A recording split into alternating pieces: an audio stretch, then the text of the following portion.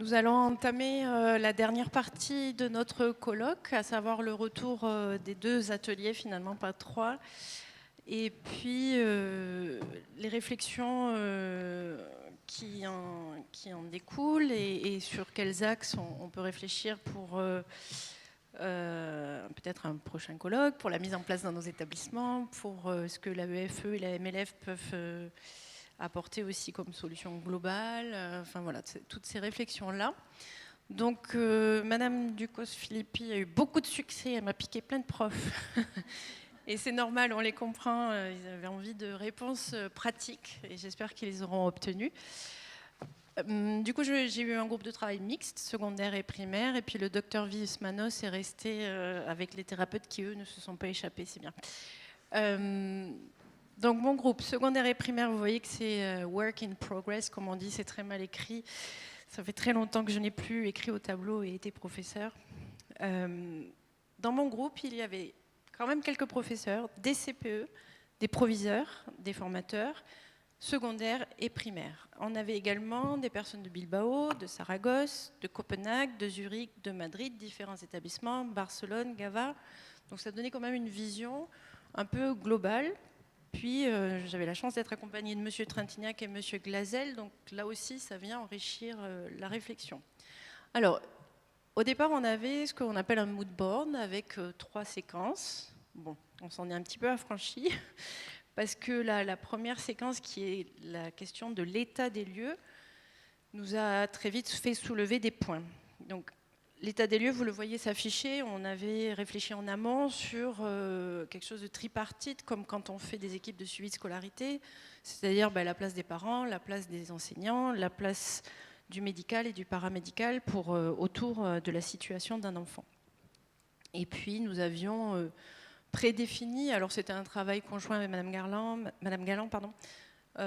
l'APE, moi-même, c'était des pistes de réflexion, c'était pour ouvrir la réflexion sur l'état des lieux. Donc la détection je vais passer très très vite, mais sur la détection des signes d'alerte en classe, on est quand même sur quelque chose qui existe facilement, alors qu'on sait que c'est l'inquiétude chez nos enseignants. De se dire on n'est pas formé, on ne sait pas. Mais finalement, dans les conférences que nous avons eues, c'était aussi redonner à l'enseignant toute sa place de professionnel et se dire si ça ne va pas, c'est que ça ne va pas. Et c'est pas l'enseignant de dire exactement pourquoi ça ne va pas, mais d'alerter sur le fait que ça ne va pas. Et quand même, ça, globalement, c'est quelque chose qui était fait. Sur la mise en place des protocoles par les équipes pédagogiques, très intéressant aussi, puisqu'on voit que le protocole, il existe, mais il est saisi de différentes manières et par différents acteurs selon les établissements, selon leur taille, selon l'appartenance au réseau MLF ou EFE, selon ce que l'établissement a comme personnel à disposition. Ici au LFB, on a un pôle santé avec un pédiatre à plein temps, une psychologue à plein temps, mais on s'aperçoit que dans d'autres écoles, c'est les CPE qui font ce travail-là. Dans d'autres écoles, on a pu voir que oui, ils ont commencé à mettre en place des missions d'enseignants référents qui vont gérer la partie administrative des PAP, et puis après la partie un peu plus pédagogique du développement des PAP. Il ne faut pas que je me perde. Donc vous voyez que pour fonctionner parfaitement, la croix qui apparaît, on l'avait rayée, sur la mise en place des outils dans la classe, on est toujours dans une logique de progression. La formation des professeurs est quelque chose qui est revenu dans les thèmes émergents très régulièrement, c'est revenu pendant ce colloque. C'est une demande et ça continue à être dans les plans régionaux de formation et dans ce que les écoles développent. Sur la question des AESH, on est passé assez vite parce que finalement ce qui nous a questionné c'était le PAP dans la classe, moins le PPS, parce que comme hier avec les conférences sur la MDPH, on s'aperçoit que finalement le handicap, c'est pas que c'est plus facile, mais c'est plus identifié, alors que la question de la difficulté scolaire, et c'était aussi la conférence de M. Glazel ce matin, où est le curseur tout de suite, entre la difficulté scolaire et tout de suite le diagnostic. Donc je reviens sur les AESH, j'essaye de ne pas perdre le fil. Là aussi, selon les pays, selon la nationalité de l'élève, c'est plus ou moins mis en place facilement.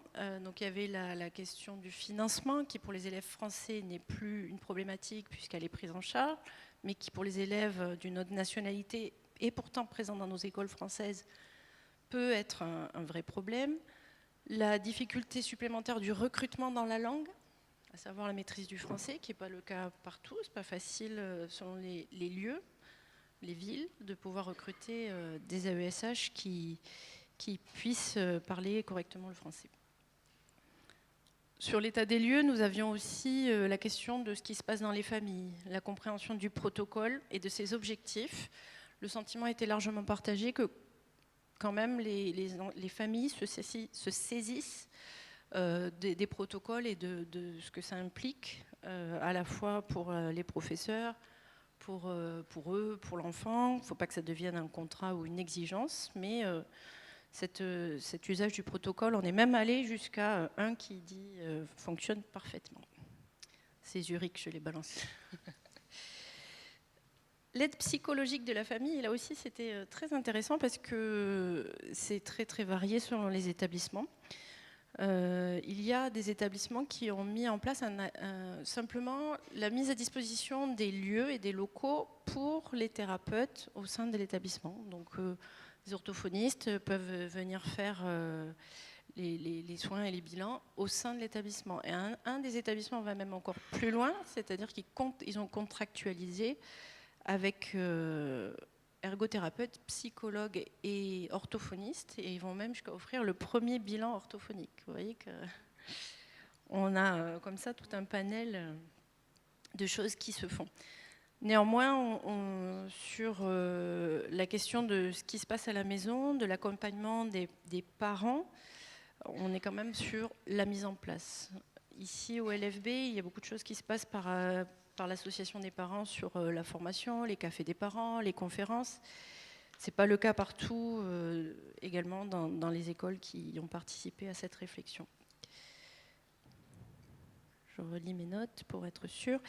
Et puis comme on a été pris par le temps, sur la partie médicale et paramédicale, finalement, on ne s'est pas trop posé, et c'est là que ça sera intéressant d'avoir le complément de l'atelier du docteur Vismanos. On a été mauvais élèves parce qu'on n'a pas respecté notre mood board qui fonctionnait en 3 séquences. Donc la première, c'était vraiment un état des lieux. La deuxième, ça devait être une réflexion mise en place et perspective d'amélioration. Et puis une troisième où on choisissait des pistes. Donc on va directement à la troisième. Des axes d'amélioration, des outils à développer et des obstacles à soulever. On n'a pas gardé non plus les codes couleurs. On y est allé avec nos idées. Et finalement, il y a 4 points qui ressortent. Il y en aurait eu plus 5. On m'a demandé de dire le 5e, mais bon, le 5e, je le dis, c'est la différence MLF à EFE. C'est peut-être la différence de taille de réseau. Là, on n'a pas assez creusé cette question. Mais les 4 axes de réflexion, finalement, c'était la mission d'un enseignant référent. En France, un enseignant référent, il travaille pour plusieurs écoles, plusieurs collèges, plusieurs lycées, et il aide les familles, et il est l'interface entre les familles et l'établissement pour la mise en place des PPS. Donc quand on est dans le domaine du handicap, reconnu par la MDPH, il s'occupe des GVASCO, de la mise à jour des GVASCO, des équipes de suivi de scolarité chaque année. Dans nos lycées français à l'étranger, la mission d'enseignant référent, elle est multiple. Où elle n'existe pas, où elle incombe à des acteurs complètement différents, d'un médecin pédiatre, à un psychologue, à un CPE, à parfois le professeur, à régulièrement les directeurs des écoles primaires et les proviseurs et proviseurs adjoints. Donc peut-être qu'un des axes de réflexion pour nos réseaux, que ce soit la EFE ou la MLF, ce serait la question de cette mission, de cette fiche de poste d'un enseignant référent. De notre état des lieux est sortie également la question alors c'est pas, le mot diagnostic est mal choisi, mais et je vais me répéter, un état des lieux partagé, enseignants-famille. Et là aussi, ça rejoint aussi les conférences de M. Glazel, de Mme Ducos-Philippi. C'est à un moment donné, on se met autour de la table et qui est diagnostic ou pas diagnostic. D'abord, quel est le souci d'apprentissage? Quel est le besoin? Et comment pouvons-nous construire le parcours de l'élève? Dans les réflexions, il y avait la question du PPRE, Programme personnalisé de réussite éducative, qui ne nécessite pas de diagnostic. Et la question du PAP, Plan d'accompagnement personnalisé, qui lui nécessite un diagnostic, un bilan orthophonique pour les moins, et qui lui ouvre l'aménagement aux épreuves, aux examens nationaux. Et vous voyez que très vite, on peut aller sur une demande de PAP, là où un PPRE pourrait suffire. Est-ce que sur nos classes de primaire et collège, avant d'aller aux examens nationaux, on ne pourrait être que dans la mise en œuvre des PPRE, qui sont circonscrits dans le temps aussi, les PPRE. Ils vont d'une durée de 6 semaines à 6 mois, en général. Donc nos réflexions, mission d'un enseignant référent, la question PPRE, PAP, PPS, état des lieux partagés, ça a mené aussi la problématique d'une compétence collective de l'établissement, avec évidemment des actions de formation pour nos enseignants, mais aussi cette question de l'élaboration progressive du parcours de l'élève.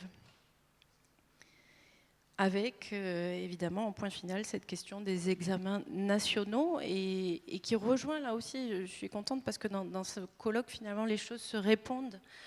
La question de l'accessibilité et de la compensation.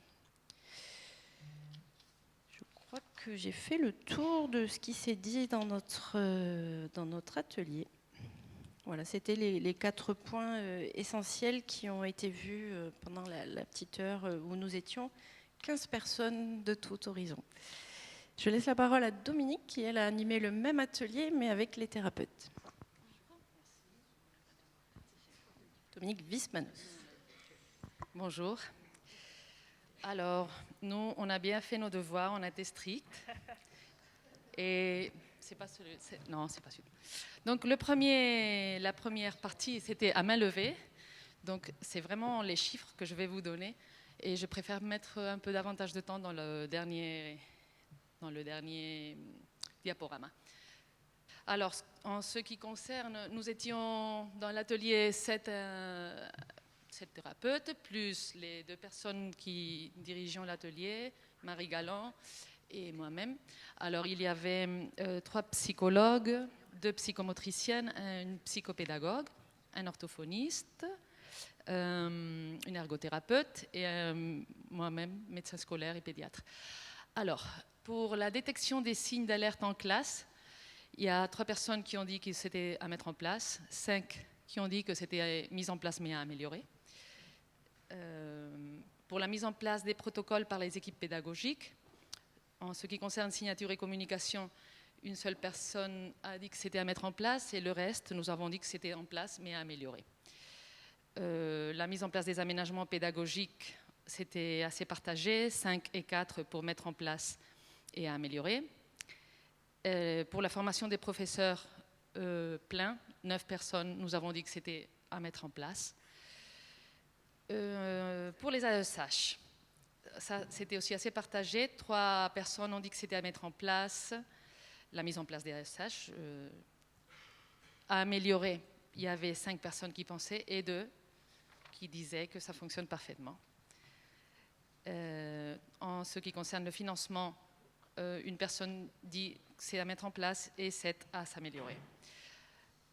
Pour la formation des AESH aussi à mettre en place et améliorer. Pour les professeurs référents à mettre en place. Pour la non-stigmatisation de l'EBEP à mettre en place aussi pour tous. En ce qui concerne le travail à la maison ou plutôt l'aspect de la famille, la compréhension du protocole et de ses objectifs, 7 avons pensé que c'était à mettre en place et 2 que c'était à améliorer. La formation des parents, les mêmes votes. L'aide psychologique de la famille que c'était à mettre en place pour la plupart, pour 8 contre 1. Et la charge de travail, à nouveau, plein, 9. Nous pensons qu'il y a une trop grosse charge de travail et que l'accompagnement hors temps scolaire, c'était pour toutes et tous à améliorer. Pour le médical et le paramédical, est-ce que l'orientation vers le thérapeute est adaptée? On pense que la moitié que c'est à mettre en place et l'autre moitié, 5, que c'est à améliorer. Pour les diagnostics, là, c'est un autre problème des EBEP français dans un contexte de scolarisation hors de France. C'est à mettre en place pour 8 de nous et une pour que ça s'améliore. Et pour les deuxièmes DPH, à améliorer. D'accord. Et en ce qui concerne la communication, le dernier item, c'était pour tous à améliorer. Bon, tout ça pour vous dire qu'on a dû choisir 4 axes qui nous semblaient le plus importants. Et on a décidé de choisir évidemment ceux qui avaient le plus de votes à mettre en place. Ça a été un choix difficile parce que, je reprends une citation de Madame Schlumberger, c'est difficile de choisir entre respirer, manger et tous nos besoins vitaux. Donc on pense que les 4 axes qu'on a choisis sont aussi importants les uns que les autres et tous vont travailler contre la non-stigmatisation des EBEP. Donc, la deuxième diapositive, celle-ci, oui. Là, c'est les outils qu'on a jugés qui étaient déjà mis en place. Le tiers-temps, en premier surtout, on pense que c'est assez respecté. La position de l'élève dans la classe, dans les premiers rangs aussi. Les AESH quand il le faut. Les dictées à trous.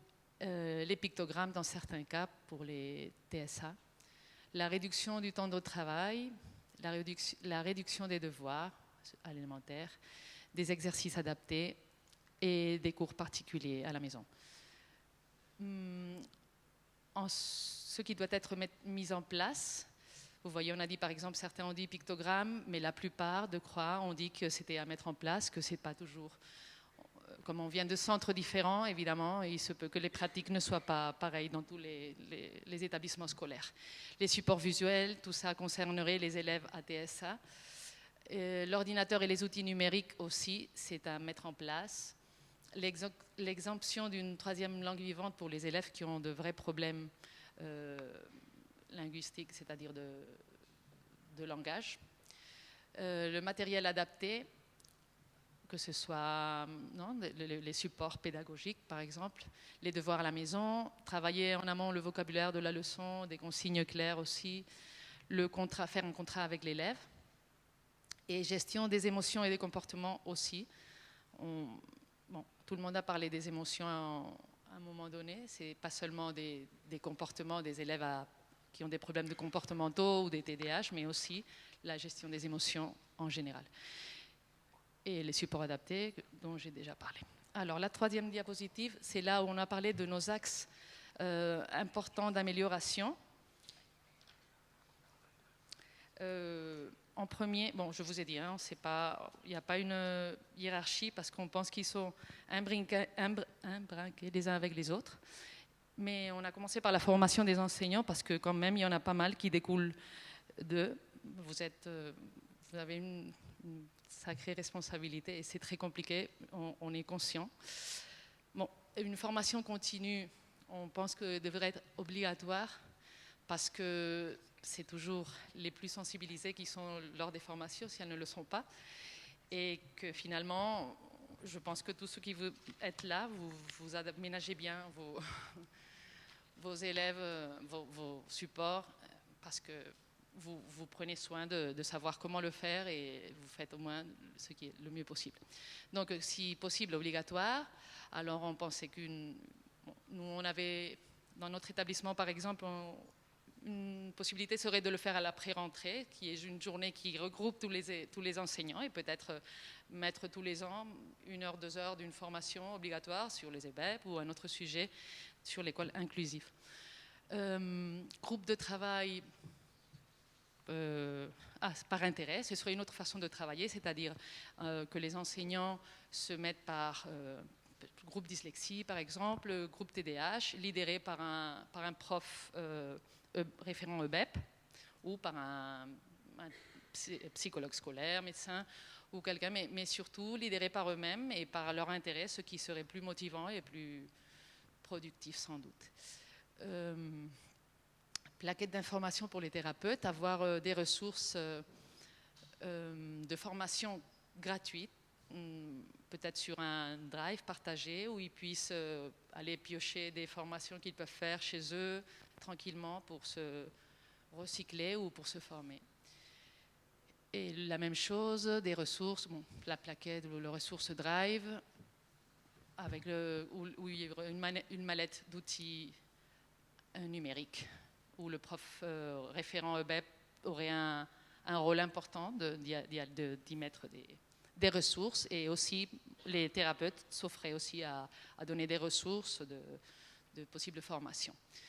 Dans les obstacles à tout cela, entre autres, le manque de temps, la charge de travail que cela suppose pour tout le monde, pour les enseignants.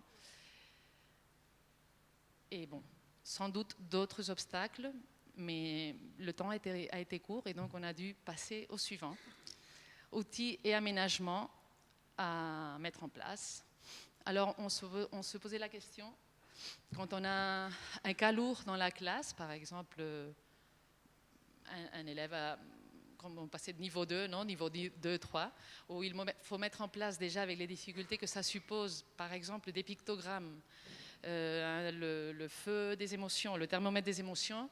Donc déjà, si on demande à l'enseignant, avec tout ce qu'elle doit gérer ou il doit gérer, d'élaborer des matériaux pour accompagner les élèves, on se posait la question si ce ne serait pas bien d'avoir une base commune dans les établissements de pictogrammes déjà réalisés, par exemple avec les photographies de la maternelle, des toilettes, de la salle de psychomotricité, la même chose à l'élémentaire, la même chose au collège, et que quand on a un élève par exemple avec un trouble du spectre autistique, aller chercher nos pictogrammes qui sont déjà faits ou notre thermomètre des émotions qu'on peut peut-être personnaliser, mais ça y est, au moins on a déjà dès le premier jour ces éléments qui coûtent du temps et un sur-effort à des enseignants qui sont déjà en surcharge émotionnelle par les difficultés que ça peut poser.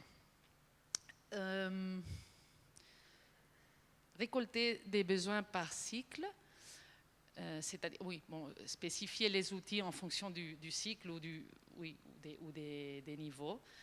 Et de la même façon qu'on a parlé des pictogrammes communs, avoir aussi accès à du matériel spécifique, des élastiques, les ballons, quoi que ce soit, et voir dans quelle mesure, selon la particularité de l'établissement et des niveaux, on peut en avoir accès.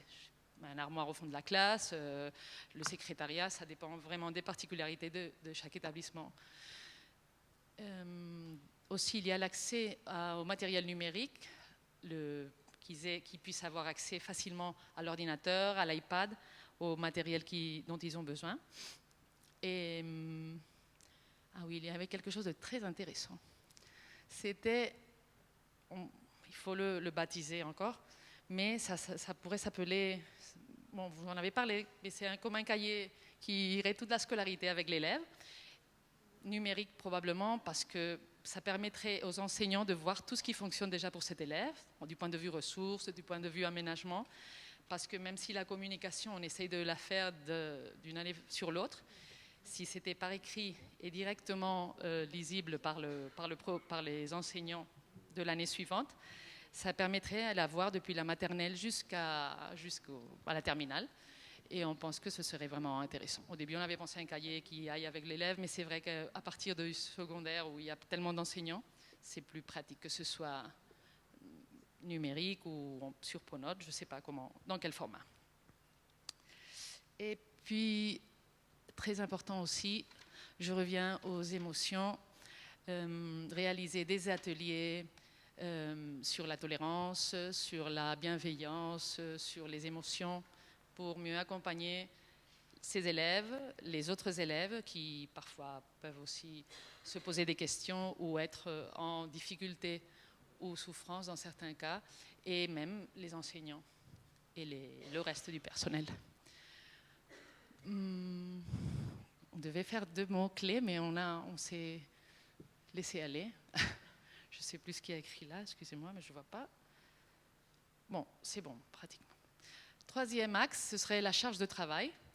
Donc, quand on parle de support adapté, on voulait dire, par exemple, pour des exercices, ne pas avoir à recopier l'exercice, prioriser les cahiers où il faut mettre le résultat, où il faut des fichiers, non, que ce soit plus facile et moins de temps effectif pour l'élève à faire ses devoirs. Voir vraiment quel est l'objectif quand on pose ses devoirs. Est-ce que c'est vraiment nécessaire de donner ses devoirs? Est-ce que l'objectif est atteint? Et si c'est atteint, il n'y a plus besoin de donner ses devoirs à la maison. Voir récompenser plutôt l'effort de l'élève ou ses progressions, plutôt que du travail fait à la maison ou des résultats. Donc pour certains élèves, un exercice va leur faire passer 2 heures l'après-midi et l'autre, il l'aura fait peut-être en 5 minutes. Donc cet élève, évidemment, ce sera beaucoup plus à récompenser ou à renforcer positivement le lendemain que l'autre. Pour ceci, les obstacles, ce serait les moyens, la préparation de tout ce matériel, la formation à nouveau des enseignants, hein, pour tout cela. Et on passe au 4e axe, le diagnostic précoce. Alors, pour ce diagnostic qui est fondamental pour les troubles du neurodéveloppement, puisque la plasticité du cerveau, à partir d'un certain âge, on n'a plus de pouvoir, ou très peu. Donc c'est vraiment dans les premières années qu'il faut agir. Ce serait très important la formation sur les signes d'alerte, et ça, ce serait surtout pour les enseignants. Que détecter? Quand est-ce que l'enseignant doit consulter le psychologue ou le médecin scolaire pour voir que cet élève, il y a quelque chose qui ne va pas et qu'il faut l'orienter vers un spécialiste ou un thérapeute. Alors on se disait que la problématique qu'on a, c'est souvent le manque de professionnels francophones pour ces élèves exclusivement s'ils sont bilingues, il n'y a pas de souci, on va pouvoir l'orienter plus facilement parce qu'on a davantage de professionnels connus. Mais quand c'est exclusivement francophone, proposer la création d'un réseau de ressources internationales de thérapeutes en visio. L'obstacle serait que le présentiel est toujours préférable, mais ce serait quand même un outil à proposer dans le cas où il n'y aurait pas disponible, ou la liste d'attente est trop grande, ou on ne sait pas qui est recommandé dans des cas concrets. Et puis aussi, on a dit quelque chose. Bon, le manque de temps aussi. Et puis, ça y est, je crois. Oui, on avait dit un manque d'espace aussi, de coordination entre les professeurs, les thérapeutes et autres.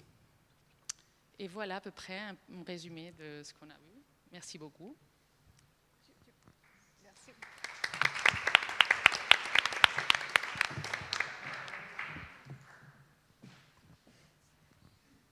Alors effectivement, ça fait beaucoup de sujets qui ont été abordés, puis c'est intéressant de voir que du côté des thérapeutes et de l'école elle-même, on n'a pas tout à fait la même vision des choses. Elle se rejoint par certains côtés, mais bon, des fois, il me semble qu'on est plus optimiste finalement. Et je vois que nous avons donc là l'inspection, l'AEFE, la MLF, et puis là-bas la médecine et les associations et les professeurs. Donc toutes ces questions, elles vous touchent à tous, et peut-être je me dis que ce qui est revenu même dans nos 2 ateliers, c'est la question de la formation des enseignants. Donc je ne sais pas qui veut commencer par ça. Allez, Mina. Je peux commencer, bonjour à tous. Je peux commencer dans un contexte local pour la zone Europe ibérique, puisque je suis en charge avec mon collègue IAIPR de la formation des personnels et de l'ensemble des personnels. Et en plus, ici, nous sommes à Barcelone, qui est le siège de la formation, puisqu'il y a un institut régional de formation qui a été ouvert l'an dernier sous la présidence de M. Bastianelli. Et donc, dans ce cadre-là, nous travaillons avec les enseignants parce que ils font remonter les besoins de formation. Donc on a tout un process tout au long de l'année et les enseignants, à travers une application, nous feront monter leurs besoins de formation. Et donc nous, cette année, on a proposé 65 stages et j'ai envie de vous dire, dans un certain nombre de stages, la question de l'inclusion scolaire, du bien-être des élèves est une question primordiale. Donc il y a 10 jours, Céline Dominguez, qui est présente avec nous, a pu former des référents d'établissement parce que nous avons un projet de zone sur notre zone et dans le troisième axe de notre projet de zone, l'objectif était aussi de créer par établissement des personnes ressources, des personnes référentes. Pas au même titre que l'enseignant référent qui était évoqué tout à l'heure par Anne-Sophie Vallier, parce que nous n'avons pas l'objectif de créer des postes comme celui-ci, mais en tout cas de partir des bonnes volontés des établissements pour avoir des personnes ressources. Donc nous les avons regroupées récemment pour travailler avec elles et nous allons proposer aux chefs d'établissement une fiche de mission justement de ces postes-là. Alors après, on verra par rapport au temps de service, etc. Parce que bien sûr, la question du temps, sur quel temps on fait ça, comment on va voir les élèves dans les classes, ces enseignants ressources, l'objectif c'est qu'ils puissent aller dans les classes et aider les enseignants qui sont parfois un peu démunis par rapport à certains élèves. Donc ça c'est en route et c'est piloté par Céline. Nous avons également une formation pour les AESH que nous avons montée l'an dernier sur la zone, pour l'ensemble des AESH de notre zone, mais également de la ZES, qui regroupe une cinquantaine d'AESH et nous démarrons la formation. C'est une formation en distanciel, puisque malheureusement ce sont des personnels sous contrat des parents et nous n'avons pas l'habilitation, en tout cas, à les faire déplacer sur leur temps de travail. Donc cette formation, elle est faite en visioconférence, mais tout au long de l'année filée, et ça crée vraiment une certaine dynamique pour les AESH.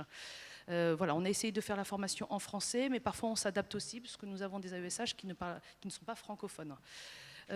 Pour les enseignants, nous avons également un parcours sous magistère, un parcours EBEP, et nous travaillons encore sur la diffusion de ce parcours.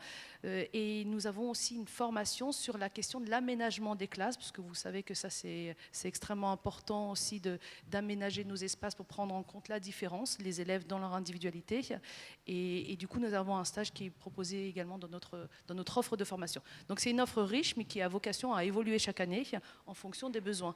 Donc l'objectif, c'est de travailler avec les établissements, travailler avec ces personnes ressources qui vont aussi être un élément extrêmement important pour nous de suivi des élèves. Au-delà de ça, de ces formations de zone, inscription de façon volontaire des enseignants, nous avons également des missions en établissement. Et sur Barcelone, nous avons formé les ASEM au mois d'août dans le cadre d'une mission de la conseillère pédagogique. Et Céline Dominguez viendra au mois de janvier former également les enseignants de cycle 1, cycle 2, cycle 3 sur la question des EBEP. Mais l'objectif, c'est dans chaque établissement, en fonction des demandes, nous nous déplaçons directement pour former aussi des équipes. Parce que les formations en zone, c'est intéressant, mais finalement, on touche 1-2 enseignants par établissement, alors que les missions en établissement, on touche l'ensemble de l'équipe et on peut monter aussi, on l'a fait l'an dernier à Madrid, des missions aussi interdegrés, premier, second degré, pour également toucher l'ensemble des personnels. Donc voilà, ça c'est vraiment en fonction des besoins. Donc nous, l'objectif c'est de travailler avec tous les établissements pour travailler et renforcer l'inclusion scolaire. Voilà pour le premier point.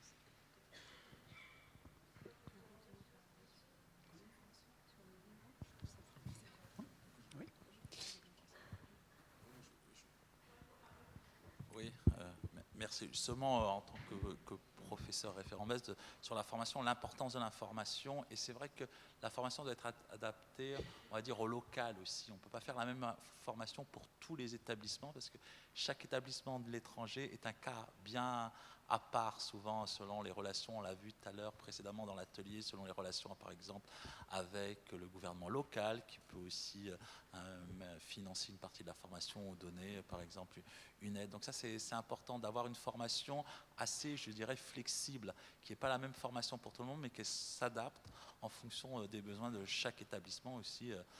Chaque établissement aussi des équipes très différentes. Voilà, mais bon, voilà.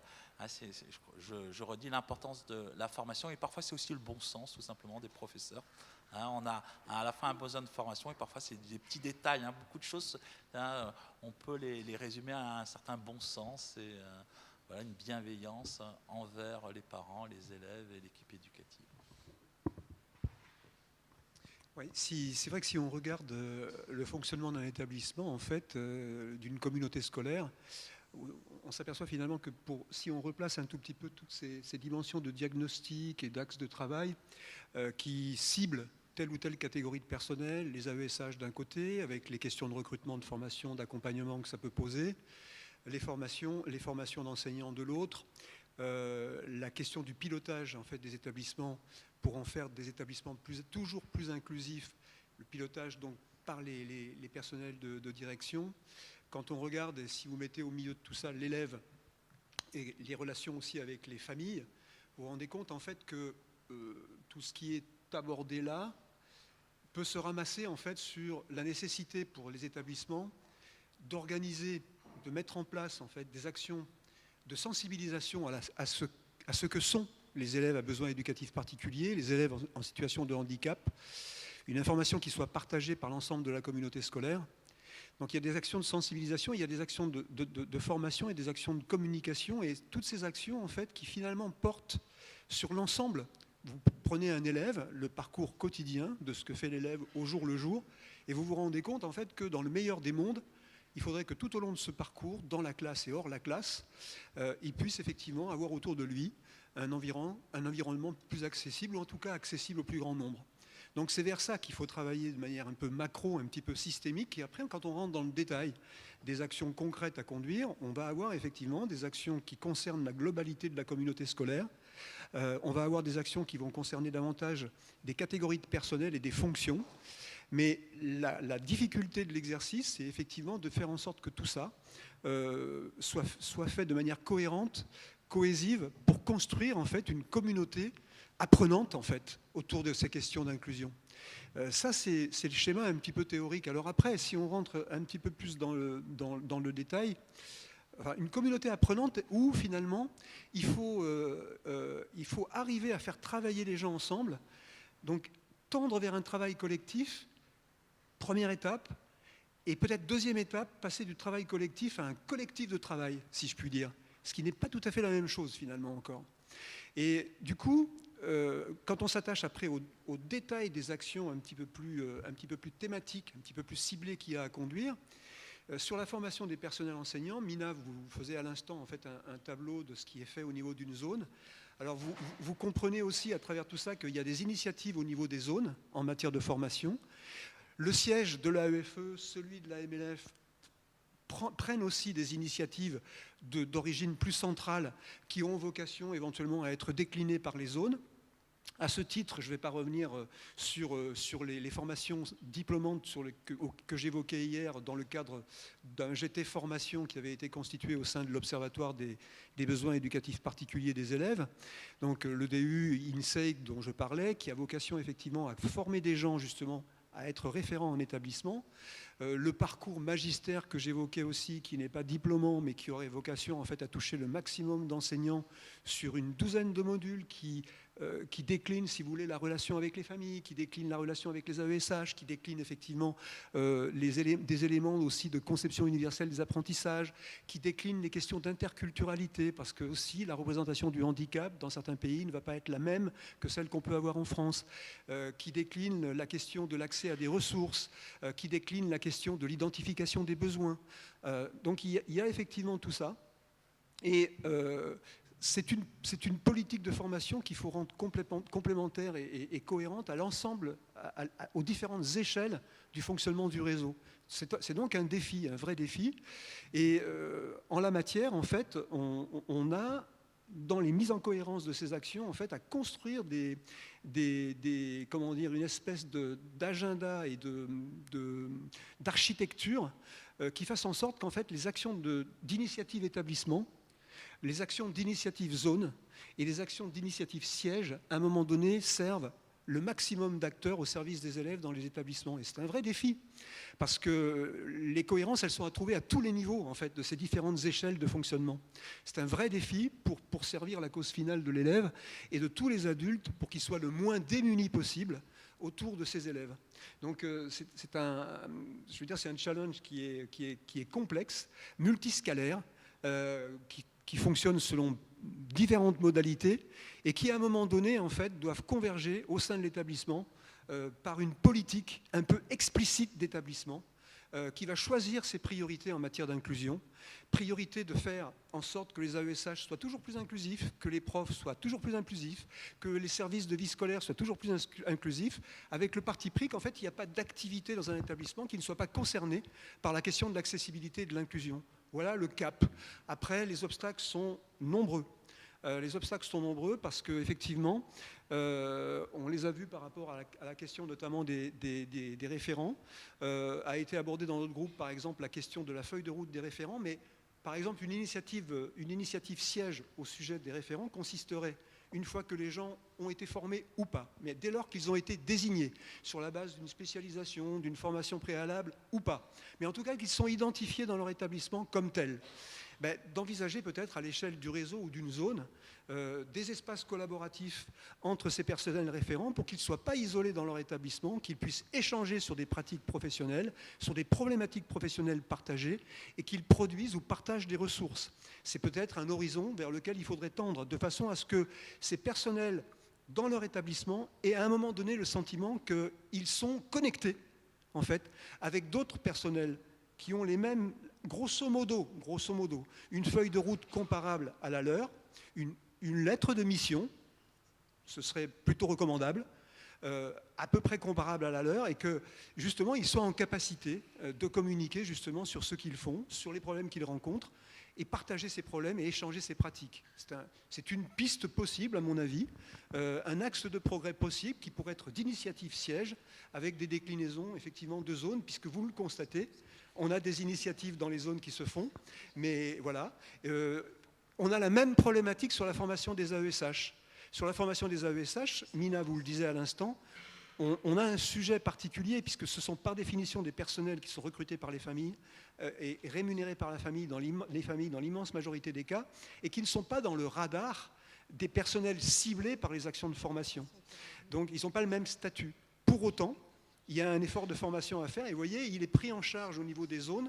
La question est de construire une cohérence aussi de l'accompagnement, une cohérence globale de l'accompagnement et de la formation des AESH. Donc c'est à ces problèmes, comme je vous le disais, un petit peu multi-échelle, qu'on est confronté pour proposer effectivement des axes de travail qui soient complémentaires à différents niveaux de cette échelle, de la macro jusqu'à l'établissement. Je m'arrête là pour l'instant. Je voudrais juste compléter sur la MLF, puisqu'on a aussi un pôle de développement professionnel. Je vais être brève.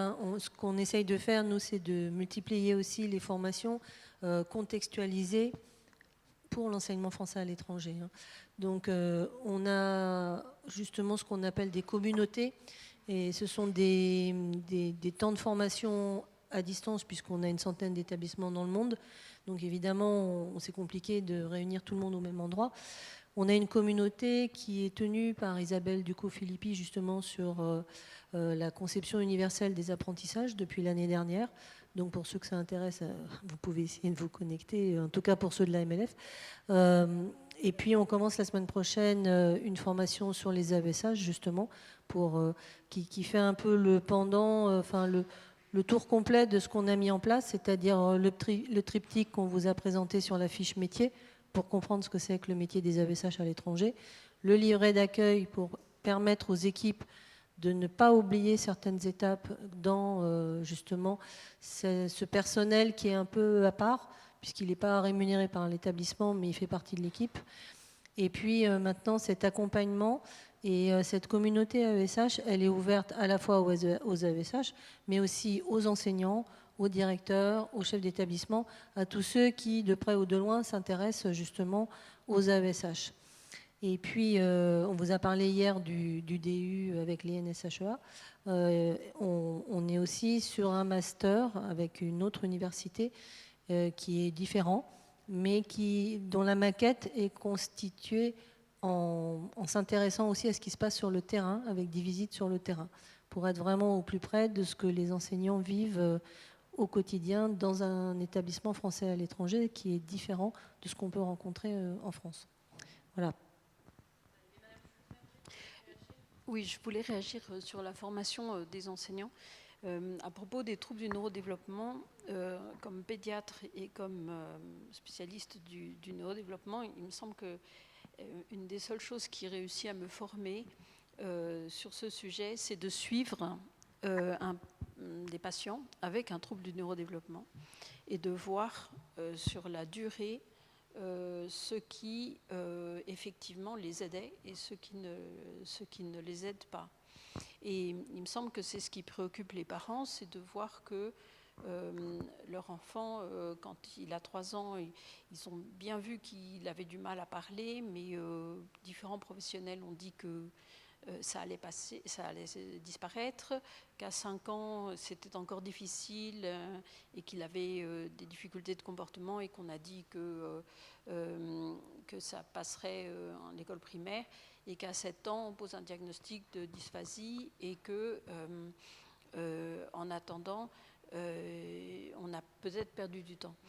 Nous, il me semble que dans la formation des personnes qui sont autour de ces enfants qui ont des troubles, il faut faire intervenir le temps, c'est-à-dire leur montrer et suivre des patients. Et les enseignants qui seraient ressources auraient aussi beaucoup intérêt à suivre les enfants et pouvoir dire à ce moment-là on a fait ça et vraiment ça a aidé ou alors ça n'a pas aidé, tout est intéressant et parce qu'on peut changer des trajectoires et quand on change de trajectoire alors c'est positif pour l'enfant bien sûr et pour sa famille, mais c'est extrêmement positif pour ses enseignants qui comprennent, enfin qui n'ont pas besoin de beaucoup plus, enfin qui vraiment peuvent s'impliquer.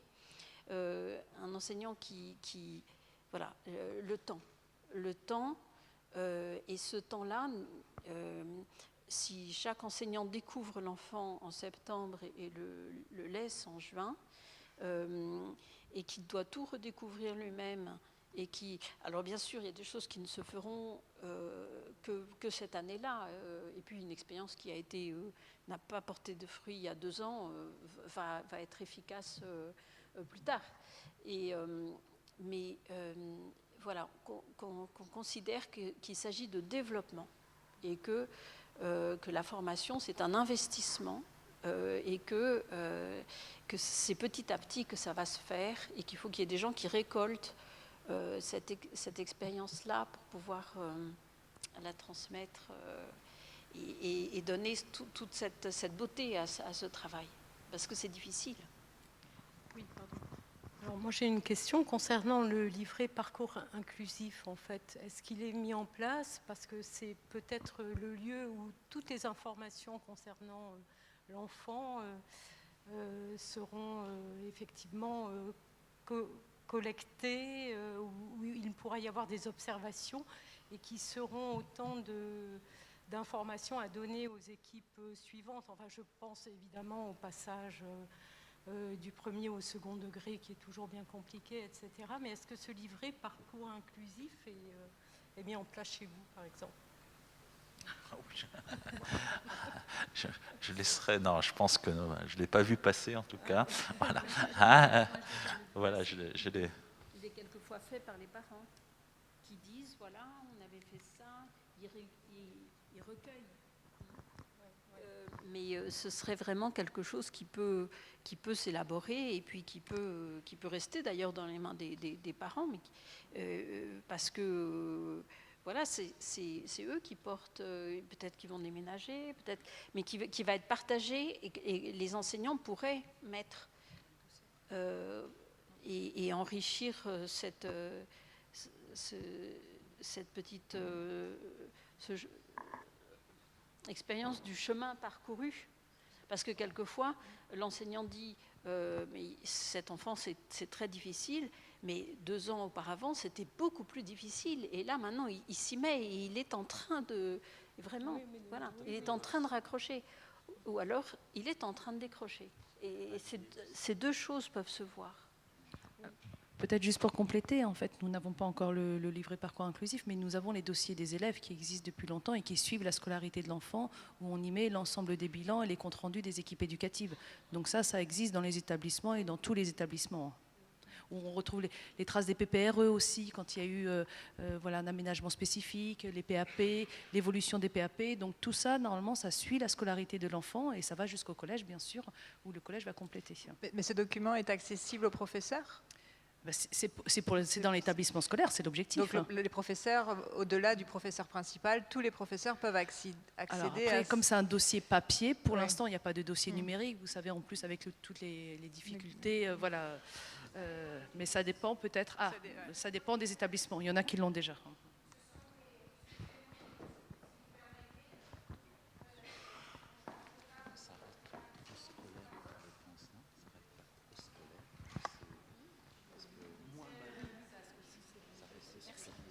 Oui, bonsoir.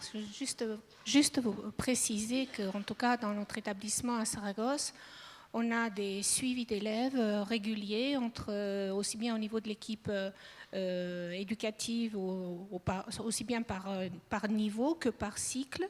Donc c'est quelque chose, c'est une information sur les élèves qui peuvent avoir des difficultés d'apprentissage.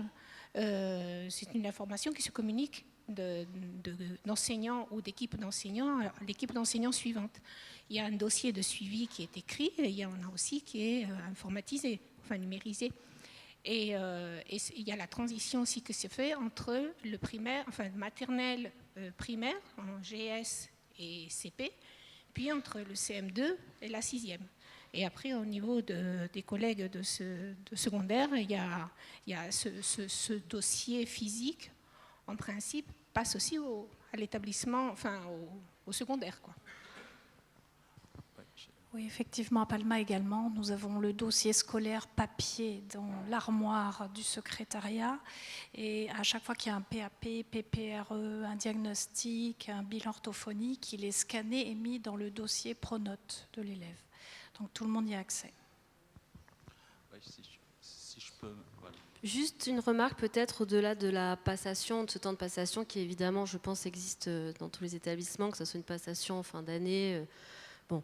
Il y a aussi, je pense, on parlait de changer de paradigme par rapport à l'accessibilité. Je crois aussi qu'il y a des instances qui sont quand même bien faites, hein, où il ne faut pas hésiter à parler des élèves, hein, avec l'équipe de cycle notamment, hein, et de pouvoir avoir des regards croisés, ne pas attendre une unité temporelle d'une année et de se dire, bon, bah, cet élève, pour l'instant, ne me concerne pas, j'attends l'année suivante. Donc c'est pour rejoindre ce que vous disiez, docteur. Et il me semble aussi que donc, dans ce changement de paradigme, c'est de se dire qu'un enseignant n'est pas responsable une année d'un élève ayant un TND, mais que finalement, tous les enseignants sont responsables chaque année de tous les élèves. Voilà. Et là, je crois qu'il y a aussi un changement de paradigme. On n'est pas responsable d'un groupe classe une année donnée, on est tous responsables de tous les élèves de la petite section au CM2.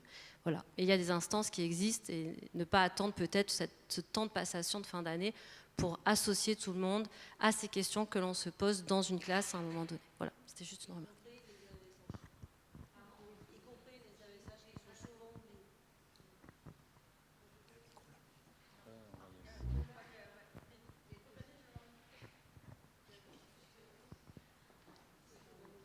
Je voulais préciser, excusez-nous, le livret de parcours qu'on avait un peu parlé dans notre équipe quand on s'est réunis avant avec les thérapeutes et Madame Schlumberger aussi. Et on avait parlé plutôt d'un livret qui n'est pas le dossier scolaire, c'est quelque chose un peu plus précis, concret. Par exemple, un enfant avec un TSA, s'il adore les dinosaures, ben c'est important. C'est important parce que ça peut nous aider à travailler, à préparer du matériel avec des dinosaures, par exemple, pour le motiver en classe. Et ça, on dirait que c'est rien, mais pour nous, je pense que c'est important comme une carte qui reste comme dans la carte d'identité de l'élève, non, un peu.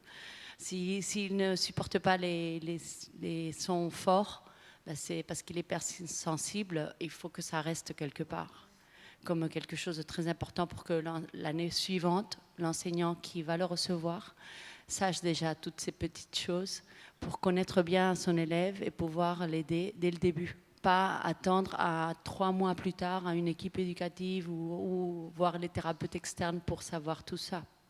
Je pense que c'est très précieux ce qu'on pourrait faire. Merci.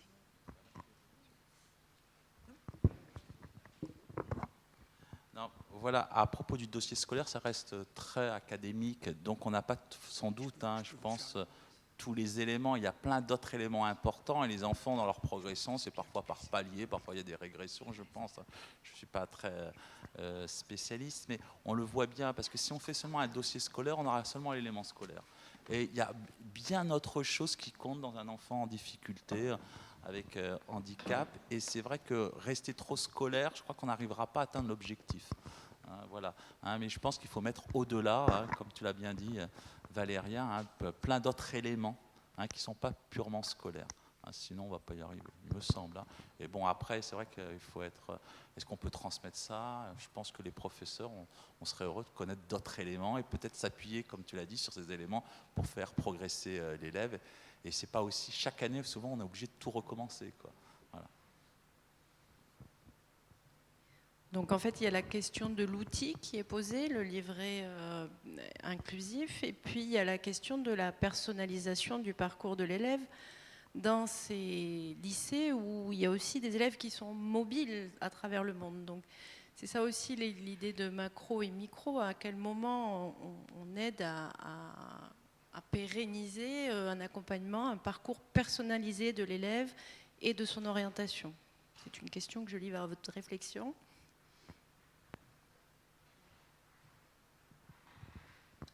La personnalisation en fait du parcours, faisons juste référence en fait à l'intervention de Madame Ducos-Philippi tout à l'heure. On en parlait tout à l'heure dans notre groupe. Il suffit juste de s'imaginer en fait la situation de l'élève qui vit des moments pédagogiques dans le cours de français de Madame Ducos-Philippi et qui, dans l'heure suivante, va vivre un cours en histoire géo ou en maths avec des principes pédagogiques complètement opposés. Donc vous constatez là que du coup, en termes de personnalisation, en termes d'accessibilité, on pêche par un manque de convergence, de cohérence, de continuité des pratiques entre les profs. Donc l'idée, c'est quand même bien de faire en sorte que sur un cap pédagogique, un regard porté sur l'élève, ça a été dit, c'est-à-dire que c'est vraiment l'affaire de tout le monde au même moment, mais pour que ce soit l'affaire de tout le monde au même moment, il faut harmoniser la vision et le regard qu'on porte sur cet élève. Si en fait, en termes de posture professionnelle, en fait, on n'est pas du tout raccord sur la manière de considérer l'élève comme étant à sa place là où il est, si là-dessus on n'est pas raccord tout de suite, on aura beau avoir tous les outils qu'on veut, avoir tous les moyens supplémentaires qu'on veut, on ne fera pas progresser l'élève. On ne sera pas dans une dynamique d'accessibilité. Donc la personnalisation, c'est une affaire collective. La pratique, elle doit être partagée. Les caps pédagogiques, en fait, doivent être le plus partagés possible, parce que si vous changez brutalement le contrat didactique de l'élève quand il passe d'un prof à l'autre, en fait, il va vivre un moment très chouette, il va être heureux dans la classe de Madame Ducos-Philippi, mais il va être très malheureux quand il va changer tout de suite de registre pédagogique dans l'heure qui suit avec le prof suivant. Et là, je raisonne de manière complètement horizontale sur une année scolaire, mais transposée à l'année suivante, où il ne la reverra plus. Donc quel sens ça a d'avoir eu ce moment? Alors ce moment, il l'aura pris comme il est venu, mais dans le cadre de son parcours, en fait, il faudrait qu'il soit vraiment alimenté dans les mêmes conditions ou dans des conditions proches d'accessibilité maximale par l'ensemble de la communauté de l'établissement. Sinon, le prof en question, il va finir quand même par s'user assez rapidement en constatant qu'autour de lui, ça ne suit pas. Il va s'épuiser et il va considérer que vraiment, là, pour le coup, il le fait pour lui parce qu'il voit sa pratique comme ça, mais il est de plus en plus désolé de constater que ses collègues ne sont pas du tout sur la même ligne que lui. Donc là, il y a un enjeu, comme je vous le disais tout à l'heure, de communauté apprenante, de communauté d'apprentissage, mais au sens même où elle doit se construire au sein de l'établissement. À défaut de cette communauté d'apprentissage, de cette convergence, de cette continuité, de cette cohérence, en fait, on va être assez rapidement en difficulté pour travailler à la réussite de tous les élèves. Ça, c'est clair. C'est clair. Sachant qu'en plus, la réussite ou l'excellence, en fait, là, pour le coup, c'est un pédagogue qui s'adresse à des pédagogues, peut-être davantage, mais je crois qu'on doit bien être d'accord sur le fait qu'il y a 1000 formes de réussite, il y a 1000 formes d'excellence, que la réussite et l'excellence, ce n'est pas simplement la réussite ou l'excellence académique, que l'essentiel, c'est d'exceller et de réussir dans le domaine qui va correspondre au projet de ce que je suis, moi, en tant qu'élève. Et c'est vers cette réussite-là qu'il faut l'amener. Ça me semble vraiment essentiel.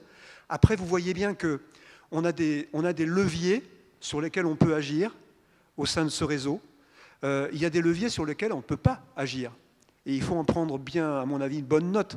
Rappelez-vous des propos un petit peu conclusifs tout à l'heure de Mme Ducos-Philippi, qui faisait référence par exemple à des attestations de compétences. Hein, et en gros, ce qu'elle voulait dire, c'est qu'il faudrait tendre, non pas vers des examens tels qu'on les connaît aujourd'hui, où finalement, assez brutalement, malgré les aménagements qu'on propose, tel ou tel élève en difficulté ou empêché sur telle ou telle question, sujet, problématique, va être en difficulté dès lors qu'il faut le confronter à la norme moyenne, à la norme de réussite de l'ensemble de la collectivité. Là, en fait, quelle est la solution? C'est la vaste et complexe problématique de l'évaluation. Est-ce que la solution, ça ne serait pas d'aller vers des examens qui deviennent eux-mêmes inclusifs? Est-ce que c'est ça la situation? Est-ce que c'est ça le but final? Est-ce que c'est ça le chaînon manquant qui, à un moment donné, nous permettrait peut-être de se libérer un tout petit peu de la contrainte très forte des années d'examen?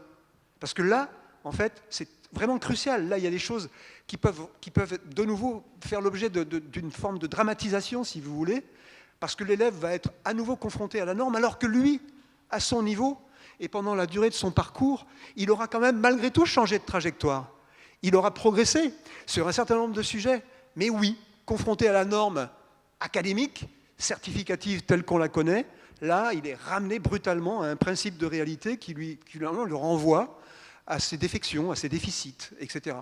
Donc je pense que là-dessus, il y a des éléments là qu'on ne maîtrise pas à notre niveau, qui sont des éléments et des décisions à réfléchir au niveau de l'institution, mais global, au niveau de l'institution du MENJ notamment.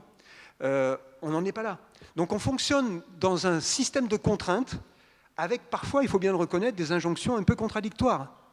Mais est-ce qu'il faut finalement, est-ce qu'il faut pour autant, comment le dire, l'école ne peut pas tout.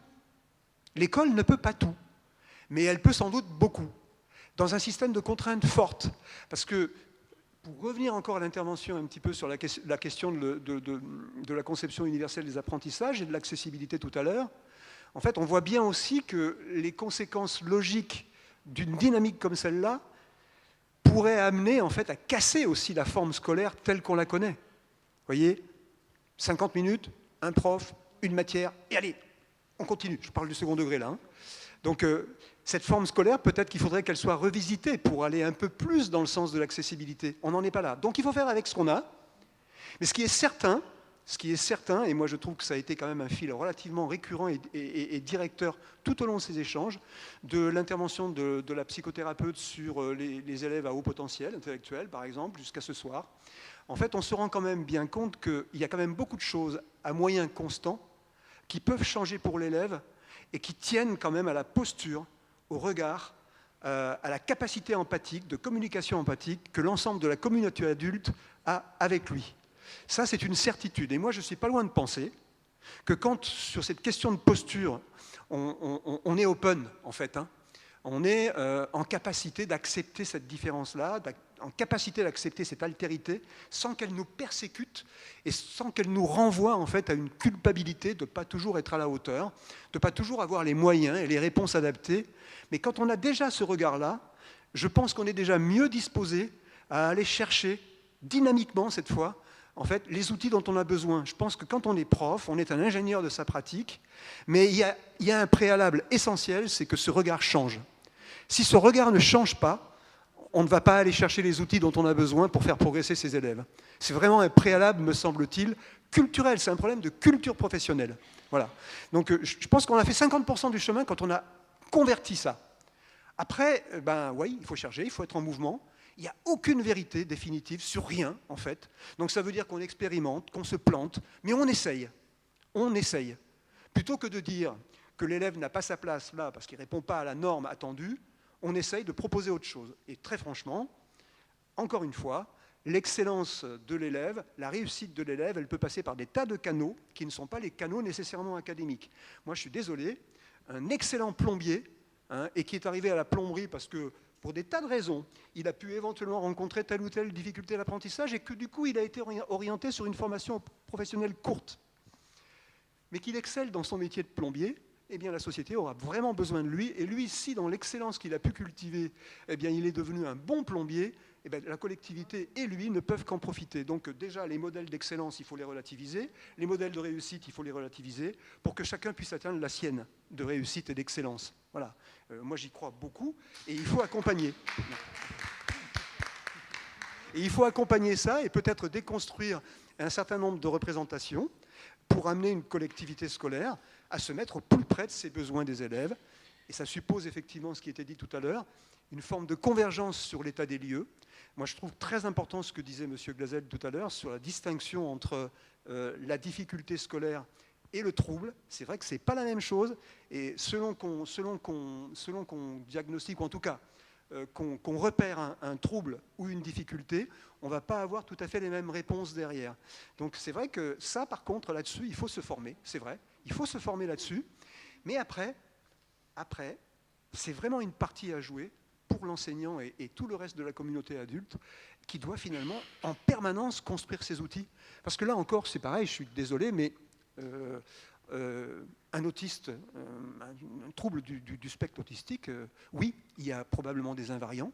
Comme le disait excellemment M. Glazel, on a fondamentalement pour tous ces élèves un problème de cognition sociale. Oui, il y a un problème d'intercompréhension des signaux que renvoient en fait ses pairs. La relation sociale est compliquée.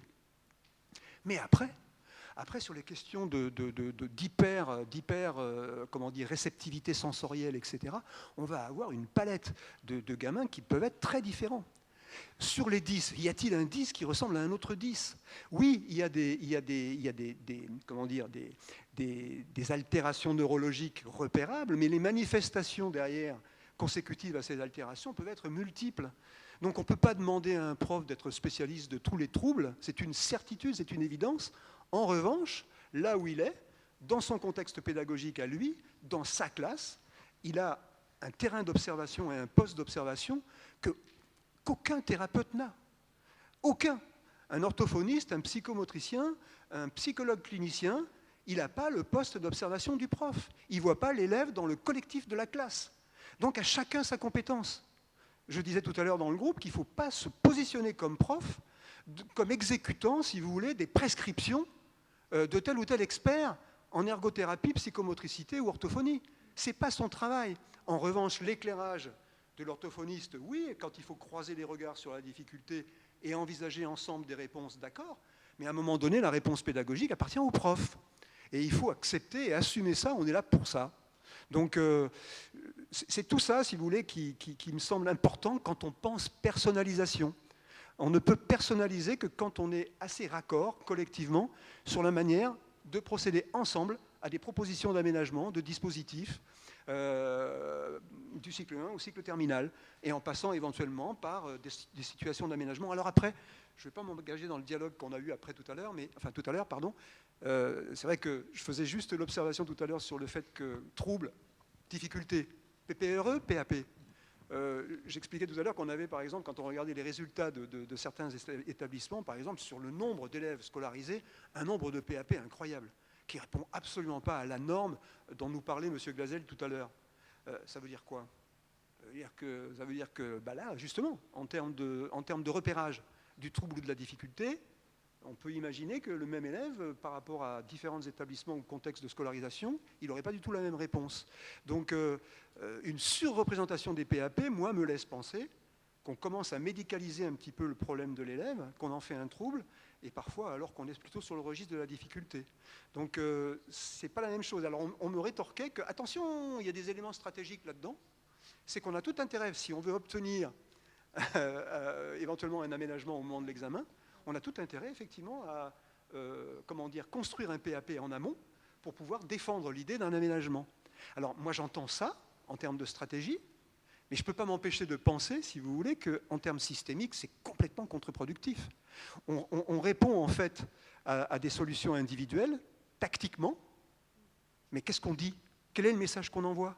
Quand on mélange, en fait, la difficulté et le trouble, ou qu'on prend le trouble, qu'on prend la difficulté pour un trouble, on médicalise, on essentialise la difficulté et on la fait porter à l'élève, puisque finalement, c'est comme si on lui disait qu'il était déficient, et du coup, on fait l'économie de l'accessibilité, de la réflexion autour de l'accessibilité.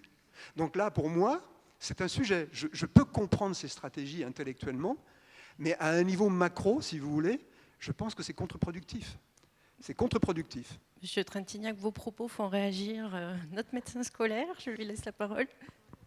Oui, je ne comprends pas comment vous dites médicaliser. C'est quand même un rapport par un spécialiste qui va faire un diagnostic, poser un diagnostic. Est-ce que vous êtes en train de mettre en doute les diagnostics? Écoutez, je suis en train de mettre en doute le fait que, y compris quand on a une expertise médicale, on ne porte pas le même regard sur la difficulté scolaire. Oui, oui. Je pense effectivement que si vous mettez par exemple M. Glazel devant un dossier, devant la réalité d'un élève, et qu'on met un autre professionnel de santé sur le même élève, on risque d'avoir un diagnostic différent, et que ce diagnostic-là, quand il est porté de manière différente, avec un regard différent, on a souvent avec nos représentants de la FAPE, hyper dynamique évidemment, dans la force de proposition qu'on a au sein de l'OBEP, cette difficulté particulière, récurrente, qui consiste à dire que quand on fait appel aux médecins rattachés à l'ambassade, on a très très souvent, par exemple, l'impression qu'il va statuer, le médecin rattaché à l'ambassade, en parfaite méconnaissance effectivement de la réalité scolaire de l'élève, du parcours de l'élève, et que manifestement, il y aurait un travail à réaliser aussi auprès de ces médecins rattachés aux ambassades.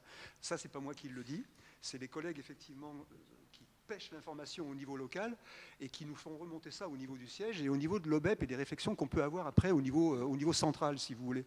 Donc moi, je ne remets pas en cause, je remets pas en cause l'expertise en tant que telle, je remets en cause le fait que dans les contextes donnés, tout laisse penser effectivement que la réponse en termes de dispositif qu'on fait à un élève, on peut penser effectivement qu'elle pourrait être différente ailleurs. Il n'est pas normal que il n'est pas normal, puisqu'on a quand même des régularités un petit peu statistiques sur ces questions-là.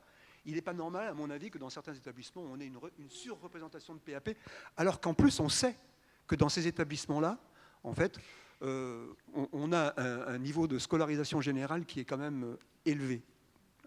Et là, voilà, je pose cette question parce que je pense qu'elle doit être posée et que c'est un véritable enjeu de ne pas mélanger les genres. Voilà, ça fait partie des connaissances et des gestes professionnels qu'on peut attendre chez les profs, mais aussi chez les professionnels de santé. Toute expertise est toujours contestable, hein, à mon avis. Oui. Oui. On ne peut pas avoir raison tout le temps et surtout... Non, bien sûr, c'est une opinion. En tout cas, le PAP devrait être mis en place seulement s'il y a un diagnostic posé, ça c'est clair. Et par contre, moi, les PPRE, ils me font un peu peur parfois, quand on prolonge un PPRE pendant des années et on retarde un diagnostic qu'on veut précoce pour pouvoir y remédier. Donc, attention, je préfère peut-être... Oui. Non, mais vous avez raison. Pas non plus un excès de PAP, mais finalement, on a vu la courbe de Gauss, donc on sait à peu près la probabilité qu'il y ait des troubles. Et donc, il faudrait qu'on soit dans ces chiffres-là, et sinon, nous poser des questions, mais en tout cas, ne pas mettre en cause, je pense, les avis professionnels. Merci. Est-ce qu'on pourrait avoir un éclairage de la FAP, sinon, parce que vous avez été cité par rapport à ces questions-là?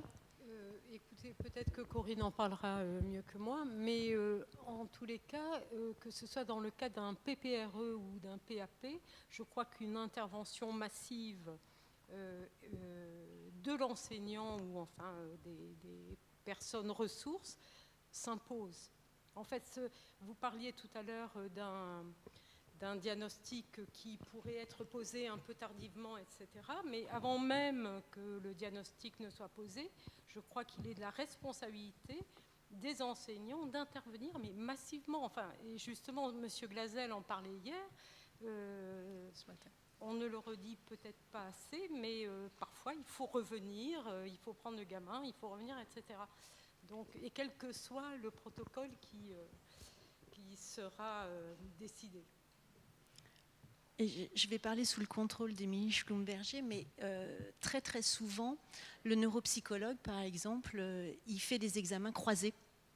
Il demande aussi l'avis de l'enseignant, il demande l'avis des parents, et il essaye de voir là où tout ça, ce qui marche à la maison, ce qui marche moins à l'école et tout ça. Et c'est tous ces avis-là qui sont intéressants. En fait, on parle depuis 2 jours, moi il y a quelque chose qui me choque un tout petit peu.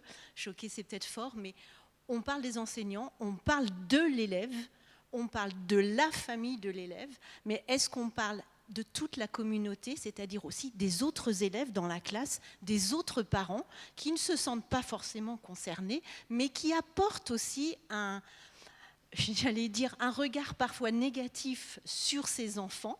Et l'acculturation d'un établissement, elle se fait avec les élèves de la classe et tous les élèves et tous les parents et tout le corps enseignant. J'ai beaucoup apprécié que vous disiez un enseignant, il n'a pas l'élève une fois dans l'année ou une année.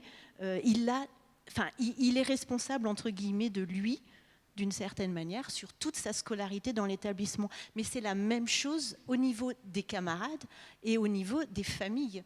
Et cette acculturation-là, elle est hyper importante. Elle évitera peut-être aussi tous ces PAP que moi j'appelle de convenance, et je le dis sans aucun... de familles qui pensent que ce sera mieux pour leur enfant si toutefois on pouvait en effet éventuellement mettre des aménagements en place. Il faut aussi qu'on comprenne ce que vivent les familles qui ont vraiment des enfants avec des vraies difficultés et arrêter ce mythe autour des enfants avec des difficultés qui soit à la fois un mythe de du coup ça va lui servir s'il est si toutefois on peut avoir des aménagements, ou au contraire, il n'a pas sa place ici. Et cette acculturation-là, elle est hyper importante, mais il faut que ce soit tout le monde. Et quand je dis tout le monde, c'est aussi les pères dans la classe et les parents, pères des autres parents. Ouais, justement, moi, j'avais envie de réagir à ce que disait Alain et à ce que vous êtes en train de dire là. C'est qu'en fait, comment est-ce qu'on embarque une communauté qui finalement ne communique que sur le nombre de mentions très bien au bac. Voilà, c'est-à-dire qu'en fait, est-ce que l'excellence, elle se résume au nombre de mentions très bien, qui de fait laisse à penser que ceux qui n'y arriveront pas, on n'est pas dans une école inclusive. Est-ce que finalement, l'excellence qui consiste à mener chacun au plus loin de ce qu'il peut et de ne pas en faire sortir de l'école pour garder justement ce taux de mention, est-ce qu'un établissement qui s'honore, il ne communique pas aussi sur le fait de ne pas avoir perdu en route des élèves et sur des réussites autres? Parce que ce qu'on publie à la fin de l'année, c'est le waouh, le nombre de mentions, et puis ceux qui ne sont pas dedans, ils ne sont pas waouh. Et je pense que peut-être que pour faire changer le regard de l'établissement et des autres familles, il faudrait aussi pouvoir se dire qu'eux aussi, ils ont droit à un waouh, même si ce n'est pas une mention très bien au bac. Finalement, vous posez la... Alors, ouais, juste une petite remarque. Le taux de réussite au bac, comment dire, l'excellence pédagogique ou la performance pédagogique d'un établissement n'est pas soluble dans un taux d'excellence ou de réussite au bac. En fait, j'aurais tendance plutôt à penser que, outre le taux de réussite au bac, plus vous augmentez en fait la résilience de l'établissement, c'est-à-dire sa tolérance à la diversité, à l'altérité, et plus vous augmentez en fait la capacité collective à organiser davantage d'accessibilité pour l'élève, plus vous protégez l'élève. C'est-à-dire que la résilience collective, en fait, elle vient conforter celle de l'élève. Elle vient amener de la sécurité dont il a été sans arrêt question pendant ces 2 journées. Elle amène de la sécurité, elle amène de la protection à l'élève. Donc ça me semble essentiel, et plus on est résilient, et plus on est capable d'organiser de l'accessibilité, en fait, plus on est performant pédagogiquement. Parce qu'on est capable d'organiser des réponses différentes. On n'est pas dans l'uniformité, on est dans la multiplicité, en fait, des réponses, des prises en charge et de la prise en compte des besoins. Donc il y a une résilience collective qui permet, en fait, de charpenter, de vertébrer un petit peu plus nos pratiques et d'aider, en fait, ces élèves au lieu d'ajouter du handicap au handicap en permanence. Donc Dominique a, à mon avis, complètement raison, mais la question, c'est que là, pour le coup, on a des représentations de l'excellence dans le réseau qui sont quand même très installées. Et puis, il ne faut pas se leurrer, on a des enjeux de notoriété. Et la notoriété, elle passe aussi par ça. Donc voilà, là on est devant des dilemmes professionnels qu'il faut quand même construire et assumer. Elle passe par ça, mais maintenant, il y a aussi des établissements qui attirent parce que justement, ils sont capables d'accueillir des enfants dont finalement les écoles locales ne savent pas trop quoi faire. Et on commence à se dire que c'est bien aussi les lycées français, parce qu'ils ont une attention particulière portée aux enfants. Alors, ce n'est pas généralisé, mais ça commence maintenant à faire écho, là où avant, on se disait « Oh non, on ne va pas prendre ces enfants-là, ça va faire baisser le niveau ». Et il faut qu'on sorte de cette représentation, parce que justement, ce n'est pas ça notre job, quoi. Les bons élèves, ils n'ont pas besoin de nous. Alors, on a une réaction dans le public. C'était juste, je suis directrice dans un modèle d'établissement. La bonne nouvelle, c'est que le collectif, ça marche. Là où on a essayé, nous, c'était un frein. C'était clairement un prof qui nous disait « je ne sais pas faire, je ne suis pas formée », mais à force de ramener ça dans les journées pédagogiques, à la rentrée et tout le temps, en 3 ans, petit à petit, ce qui est devenu un frein, on n'est pas dans le monde des bisounours, on n'est pas parfait, hein. Mais petit à petit, ça devient une force parce que les regards de l'ensemble de la communauté et petit à petit aussi des parents autres changent sur tout le monde et finalement chaque enfant a ses spécificités. Donc ce collectif qui est un frein peut aussi devenir un levier quand ce sont des choix de pilotage, clairement. Sur le pilotage, peut-être, Madame l'inspectrice ? Sur le pilotage, je pense que globalement, les chefs d'établissement sont convaincus et portent cette politique qui est portée par l'agence. On a quelques freins parce qu'on a des équipes qui ont besoin aussi d'être accompagnées. Donc il n'y a pas de frein de la part des enseignants, mais c'est l'accompagnement, ce qu'évoquait parfaitement la directrice d'école, Alix. On a besoin de les accompagner, de les soutenir et qu'ils se sentent accompagnés et pas jugés. Donc c'est tout un process au sein d'un établissement pour piloter et la partie premier degré et la partie second degré qui a ses complexités du fait du changement toutes les heures de cours pour les élèves. Donc on a un pilotage pédagogique qui va être différent pour le second degré. Mais pour le coup, comme on est dans des cités éducatives, ce qui est une vraie plus-value par rapport à nos établissements en France, on peut travailler aussi dans l'interdegré pour aussi aller suivre l'élève dans la continuité, s'appuyer sur des pratiques pédagogiques, parce qu'on sait que dans le premier degré, on a un peu plus avancé du fait d'une simplicité finalement d'avoir l'élève à la journée, mais c'est aussi un travail qu'on mène avec les professeurs de langue, par exemple, parce que nos professeurs n'ont pas la même culture, n'ont pas la même formation initiale que les professeurs de français, donc il faut qu'on prenne en compte aussi dans ce pilotage l'ensemble des intervenants dans la journée de l'enfant. Donc c'est un gros travail qui nécessite plusieurs années, qui nécessite en effet de croiser tous les regards sur l'enfant et d'accompagner. Mais le processus est en cours et vraiment, je crois que dans le pilotage aujourd'hui des chefs d'établissement, des adjoints, des directeurs d'école, des CPE, il y a une vraie prise en compte de ces questions d'accompagnement.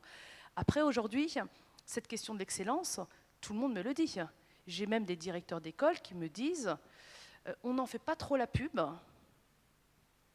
On accueille des élèves en situation de handicap, on fait de l'inclusion, on n'en fait pas trop de la pub parce que ça fait fuir certaines familles. Vous voyez où on en est.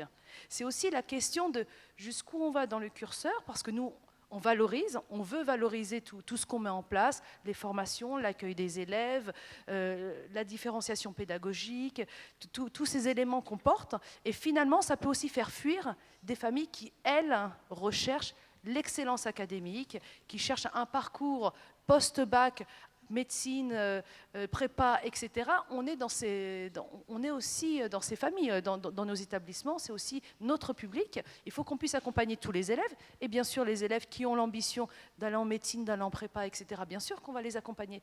Mais certaines familles, ça peut les faire fuir. Voilà, donc on est aussi à cheval dans la communication sur ces éléments.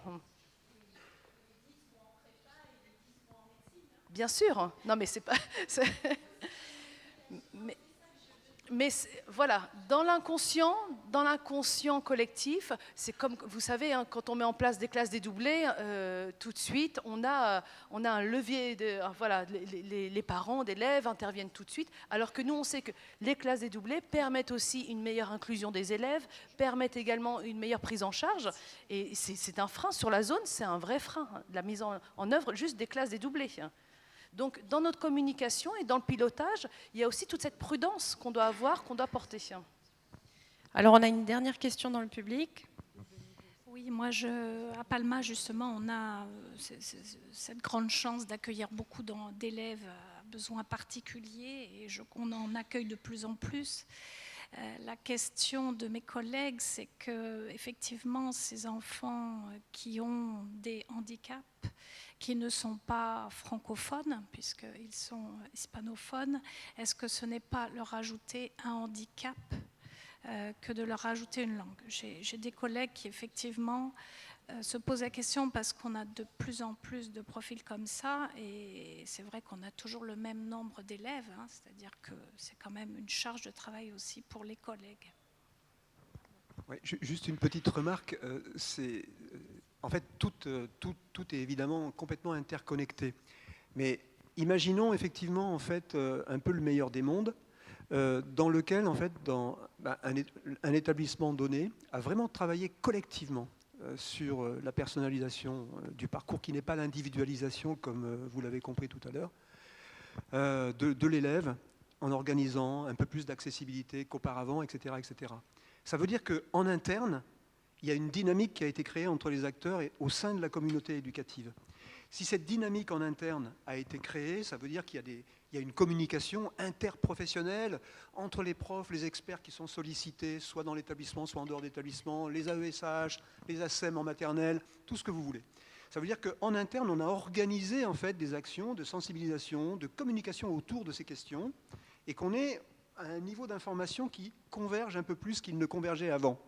Si on est plus performant dans cette communication interne, on va être plus performant dans la manière d'en parler en communication externe. C'est-à-dire qu'en fait, tout se tient. Si on est à peu près sûr de ce qu'on a fait évoluer en termes de pratique et de politique inclusive dans un établissement, on va être en meilleure capacité d'en parler à l'extérieur et de communiquer dessus à l'extérieur, parce qu'on sera un peu plus convaincu. Et moi, j'y vois un effet possiblement vertueux, c'est que quand on a travaillé en interne, on communique mieux à l'externe. Alors c'est vrai qu'il y a des savoir-faire, c'est une forme de marketing pédagogique, hein, mais c'est comme ça, en fait, qu'on peut emporter la conviction que oui, il y a une vraie plus-value, en fait, pour l'élève et pour les apprentissages de chaque élève, à organiser un peu plus d'accessibilité dans l'établissement. Ce n'est pas nivelé par le bas, mais ça suppose effectivement qu'il faut être convaincu, en termes de communauté scolaire, de ce qu'on a mis en place pour pouvoir communiquer efficacement à l'extérieur sur ce qu'on a mis en place, preuve à l'appui. Et là, on peut peut-être emporter l'adhésion de parents récalcitrants, puisque, vous l'avez compris, en fait, les choses étant ce qu'elles sont, il est quand même difficile de lutter contre la représentation de toutes ces familles, dont parlait Corinne tout à l'heure, de toutes ces familles qui considèrent que oui, accueillir la différence, c'est réduire les possibilités de progrès des meilleurs. Voilà. Donc là, plus on est bon dedans, plus on va être bon dehors en communiquant. Et si on est bon dehors en communiquant, peut-être qu'on emportera l'adhésion et qu'on fera bouger quelques représentations de familles un peu récalcitrantes. Moi, j'y crois beaucoup, tout ça est vertueux, parce que tout se tient, en fait, hein, dans cette affaire. Il faut prendre et dérouler le problème.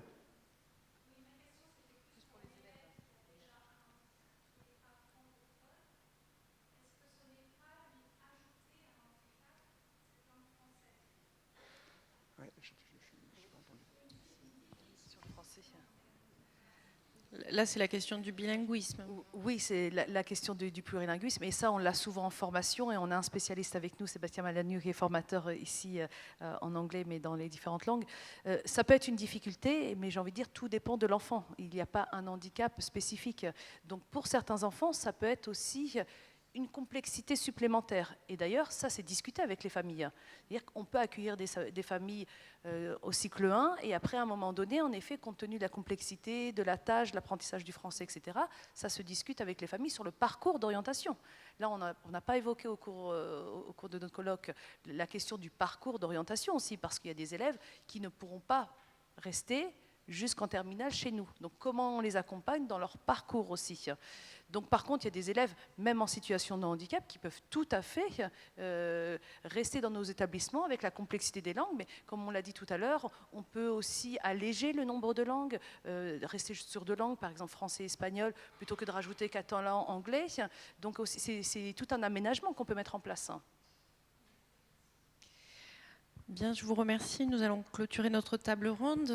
Peut-être à retenir qu'il nous faut avoir une vision systémique et qu'il s'agit d'un parcours pour tous, pour les familles, les enseignants, les proviseurs, les CPE, l'école et l'élève évidemment au centre de tout cela.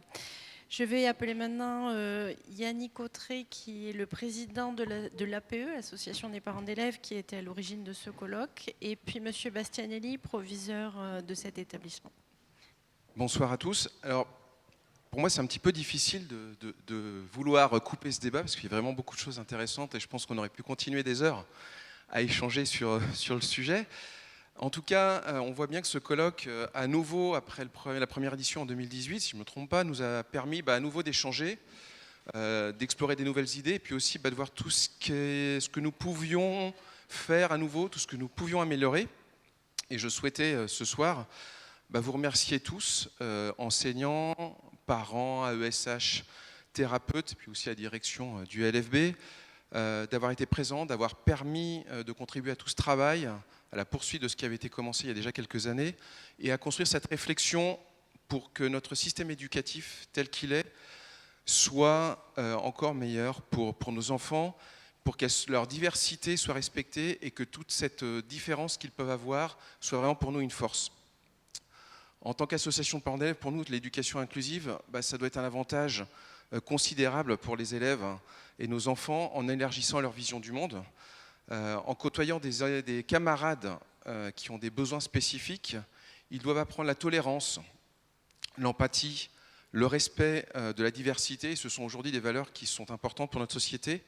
Ils vont ainsi acquérir une compétence, une compréhension plus profonde aussi des défis que peuvent avoir les enfants qui sont un petit peu différents d'eux, donc tous ces défis à relever. Et pour nous, ça constitue et cela aide à construire une communauté scolaire beaucoup plus solidaire, beaucoup plus consciente, et où chaque personne va pouvoir trouver sa place et va pouvoir compter sur le soutien de son environnement. Et pour nous, c'est aussi cette intégration des approches inclusives ne peuvent être que bénéfiques pour des établissements. Ça va le transformer en un lieu, alors on parlait de l'excellence, mais aussi surtout un lieu de réussite pour tous, de la diversité de chacun. Ça va être aussi un lieu qui va permettre des apprentissages plus dynamiques, plus équilibrés, et rendre le lieu plus accessible et propice à l'épanouissement de chaque enfant. Parce que ce qui est terrible, c'est de voir des enfants malheureux dans les classes et ne pas vouloir retourner à l'école. C'est vraiment quelque chose qui nous tient à cœur. Alors, je voudrais qu'on se rappelle aussi que l'école inclusive, ce n'est pas seulement une nécessité, mais c'est avant tout pour nous une chance et une opportunité formidable. C'est une opportunité de transformer des vies, de construire une société plus juste et plus égalitaire, et de façonner un monde meilleur pour nous. J'ai une de mes nièces qui vit en Argentine. Malheureusement, elle n'a pas, dans le système scolaire argentin, la possibilité d'avoir tous ces outils, tous ces soutiens, toutes ces aides. Elle souffre d'une dys, on ne sait pas exactement, elle n'a pas été diagnostiquée à temps. Aujourd'hui, elle est potentiellement en échec scolaire. Elle a 8 ans et je trouve ça terrible qu'un enfant se retrouve à être condamné ou avoir un futur qui ne sera pas aussi positif pour lui, juste parce qu'on n'a pas été capable, à un moment donné, de pouvoir l'aider. Donc je suis convaincu qu'on a vraiment tous le pouvoir et cette responsabilité de faire que l'école inclusive soit une réalité et que chaque pas que nous allons faire dans cette direction nous rapproche d'un monde où l'inclusion et le potentiel de chaque enfant sera pleinement réalisé. Donc je vous remercie tous à nouveau pour votre engagement, votre participation à ce colloque. Je ne sais pas dans combien de temps nous allons réaliser à nouveau. J'espère que ce ne sera pas 5 ans, j'espère qu'il n'y aura pas une nouvelle épidémie de Covid et qu'ensemble on pourra faire de cette différence une richesse. Enfin, pour conclusion, je souhaite apporter un certain nombre de remerciements à tous nos partenaires et sponsors, parce que généralement c'est ce qu'on fait aussi dans des colloques. Donc la FAPE, l'AEFE, la MLF, notre traiteur, j'espère que vous avez pu apprécier hier soir et ce midi la restauration, et le vin avec la cave Célière Pacano, la société de bienfaisance et le groupe La Place, et puis aussi une mention pour les élèves de première STMG qui ont réalisé plaquettes, et le lycée français de Barcelone, Monsieur Bastianelli, puis vous, Anne-Sophie, qui nous a aussi beaucoup aidés, et puis finalement toute l'équipe à l'EDAS de l'APE. Alors, je voudrais qu'elle se lève, que vous rapprochiez Sophie, Catherine, Charlotte, Sabine, Christine qui est derrière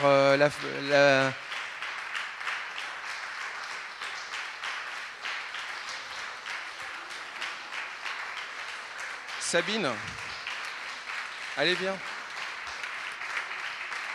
Parce qu'elle mérite vraiment beaucoup d'applaudissements, et sans elle, et sans aussi, alors au quotidien, Charlotte et Christine, l'APE, elle gère beaucoup de choses, donc c'est aussi l'occasion de les remercier du fond du cœur pour tout ce qu'elles font. Merci à vous, bonne soirée. Monsieur Bastianelli, je vous laisse la parole. Eh bien, merci beaucoup, Monsieur Autré. Merci beaucoup. Et en premier lieu, je vous présente mes excuses pour n'être arrivé qu'en cours de route. Vous l'avez su sans doute, il y avait une conjonction, pas seulement celle de Jupiter et de la Lune ce matin dans le ciel, mais une conjonction de séminaires et rencontres organisés ici au lycée français de Barcelone et à la UFE, puisque toute la semaine, la directrice générale de la UFE a réuni les chefs d'établissement, donc proviseurs des établissements en gestion directe, les responsables des instituts régionaux de formation, et précisément le lycée français de Barcelone coche les 2 cases, si bien que c'était une semaine à Paris, fort dense, fort intéressante, mais qui a donc retardé un petit peu mon arrivée. Néanmoins, j'étais très très intéressé et très heureux de pouvoir participer au dernier moment de rencontres, de retours d'ateliers, de tables rondes extrêmement riches, et qui me convainc, si besoin en était, qu'il y a eu un premier colloque, il y a eu un deuxième colloque et 5 années entre les deux, et j'espère bien que nous n'attendrons pas 5 ans de nouveau pour en créer un troisième. On dit que le troisième, c'est celui de la tradition, celui qui ancre définitivement un projet, une nouveauté dans la durée, et c'est bien l'objectif que nous aurons ici à Barcelone. Voilà, alors le colloque a permis d'échanger, de travailler ensemble, de partir peut-être, de sortir un petit peu pour tous les acteurs de terrain, du terrain quotidien, de prendre le recul de la rencontre, du moment de réflexion, de l'apport de scientifiques, pour pouvoir envisager des pistes, de nouvelles pistes, pour pouvoir réfléchir à partir des acquis de l'expérience sur ce vers où on va, pour pouvoir profiter aussi des acquis de la recherche, pour éclairer ce que nous voyons au quotidien. Voilà, alors je suis heureux qu'un colloque international de ce type se fasse au lycée français de Barcelone, parce que c'est à la fois un symbole et un signal qu'on donne sur le travail qu'on fait au lycée français de Barcelone. Je ne dis pas qu'on fait tout bien, et je ne dis pas non plus que nous n'avons pas encore beaucoup de chemin à réaliser, mais néanmoins, c'est un sujet qui nous occupe, qui nous préoccupe, sur lequel les équipes travaillent, et par ces quelques mots, je voudrais les remercier. Notamment, je vois certains enseignants qui sont chez nous référents et qui travaillent sur ces sujets-là. Beaucoup d'autres ont comme souci et comme enjeu et engagement quotidien la question du suivi des élèves qui ont des besoins particuliers. Alors c'est vrai aussi, et vous l'avez vu, avec notre équipe de santé qui est extrêmement impliquée, et dans un gros établissement comme le nôtre. Alors je ne sais pas si M. Trintignac va dire qu'on a trop de PAP ou pas, parce que je n'ai pas entendu les statistiques, mais enfin on en a quand même plus de 200. Oui. Ouais, bon, parce que bon, ça fait presque 3000 élèves, ça en fait un peu plus de 200, ça fait beaucoup. Mais ça veut dire, bon, c'est un gros travail, mais c'est un travail qu'on fait volontiers. Et dans le pilotage de l'établissement, on cherche précisément cette convergence, cette conviction d'avancer dans cette direction-là. Et du reste, c'était un des axes significatif et prioritaire de notre projet d'établissement construit au cours de l'année dernière. Voilà, l'objectif, c'est de construire une école dans laquelle chacun se sente bien, à la fois les élèves et les enseignants, les élèves, pas seulement ceux qui ont des besoins particuliers, mais comme on le disait tout à l'heure, tous les élèves de la classe et de l'établissement, et tous les enseignants, que chacun se sente bien et que chacun y voit une opportunité.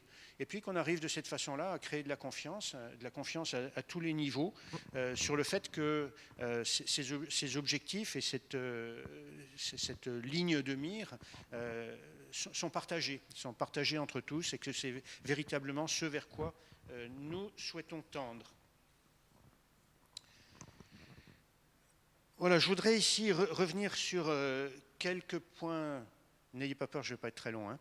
Sur quelques points importants que vous avez pu investiguer ou mettre en lumière à l'occasion des interventions ou des échanges. D'abord, à travers le programme, j'ai pu constater le regard sur la richesse et la variété des aspects des élèves à besoins éducatifs particuliers, et de ce fait, des mécanismes et des dispositifs à penser et à mettre en œuvre. On parle des HPI, d'ailleurs en particulier à Barcelone, on a un groupe qui travaille sur la question des HPI, tous les élèves 10, les TDAH, etc. Et je pense qu'il en résulte un réel défi pour les établissements scolaires. Alors c'est vrai en France, c'est vrai en particulier dans les établissements français à l'étranger, parce que nous ne sommes pas intégrés dans des dispositifs sur lesquels nous pouvons nous appuyer. Donc nous avons à construire effectivement tout ce qui peut accompagner les élèves, mais aussi les enseignants et les familles. Voilà, d'autre part, on a effleuré, je l'ai entendu dans cette table ronde, la question des parcours des élèves, la question de construire des parcours qui soient personnalisés, qui permettent une orientation choisie. Ça aussi, c'est un des défis que nous devons souligner, mettre en place, la question non seulement du parcours et de sa cohérence, mais aussi du suivi et de l'information à travers peut-être des outils à mettre en place, à travers des moyens qu'on est capable d'organiser dans les lycées français à l'étranger, peut-être plus qu'ailleurs, comme le soulignait Madame Fadli, parce que nous avons dans le même établissement tous les niveaux, depuis la maternelle jusqu'au baccalauréat. Enfin, je voudrais souligner qu'on a fait du chemin depuis 2018. On a fait du chemin au lycée français de Barcelone. Je ne vais pas vous redétailler, mais les choses évoluent dans les têtes, évoluent dans les structures, évoluent dans le travail qui est fait ensemble. On a fait du chemin pas seulement au lycée français de Barcelone, mais dans la recherche, dans l'organisation sociétale sur ces sujets-là. Moi, je l'ai vu dans mon poste précédent, on parlait des classes prépa tout à l'heure, on a fait beaucoup de chemin sur ces sujets-là dans les classes préparatoires, dans les accès aux grandes écoles, y compris les plus prestigieuses. Et il est de notre devoir de continuer à faire du chemin, parce que ce qu'on voudrait, c'est réussir à comprendre, organiser, financer aussi tout ce qui pourra aider à cette inclusion scolaire. Alors, c'est pas toujours facile, mais on voit que lorsqu'il y a des synergies qui apparaissent, par exemple, dans des moments comme la mise en place d'un colloque, eh bien, ce sont des moments qui sont précieux, ce sont des synergies qui vont apporter et qui vont faire que les questions vont être traitées, approfondies dans les établissements, et puis pas seulement dans les établissements, mais dans le réseau, que ce soit AEFE ou MLF, puisque dans nos instituts régionaux de formation, dans nos réseaux de chefs d'établissement, et puis des différents personnels, ce sont des sujets qu'on travaille. Voilà. Donc il nous appartient de poursuivre, de construire la convergence, comme le disait M. Trintignac, de réfléchir. Alors il y a un sujet, moi, qui m'a intéressé, c'est de réfléchir sur les indicateurs de l'excellence. Parce que vous avez parlé des résultats au baccalauréat. En France, on a des indicateurs de comparaison de lycée qui s'appellent IVAL. C'est l'évaluation des établissements et qui sont construits pas seulement sur les résultats au baccalauréat, mais aussi sur les flux d'orientation des élèves d'une classe à l'autre, combien vont passer dans la classe supérieure, combien vont être écartés d'un établissement scolaire, combien on est capable d'accompagner depuis la seconde jusqu'en terminale. Et dans IVAL, on a aussi un regard sur l'origine sociale des élèves, qui est essentiellement basé sur un outil qui s'appelle IPS, et qui regarde au niveau du territoire ce qu'il y a comme catégorie sociale.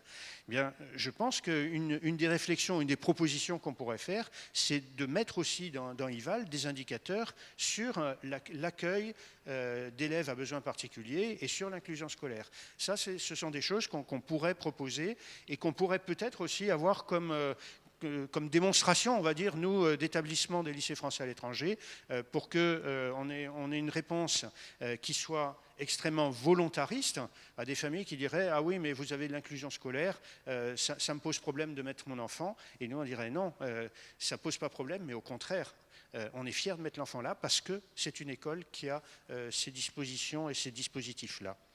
Voilà, c'est pourquoi je vais terminer en adressant un immense remerciement à tous les acteurs et opérateurs de ce moment et de ce colloque. Alors, je fais un copier-coller des propos de Yannick Cotret, mais je vais le faire pour ne pas alourdir mon propos de façon collective à chaque institution, à chaque représentant, que ce soit des parents et des associations de parents, des intervenants, des enseignants, du poste diplomatique, notre IEN, de la UFE et de la MLF. Et puis, je voudrais aussi remercier tout spécialement nos agents qui sont restés ce week-end et qui ont permis d'organiser ce colloque. Donc, un grand merci à Manu et à toute son équipe. Je veux bien qu'on les applaudisse.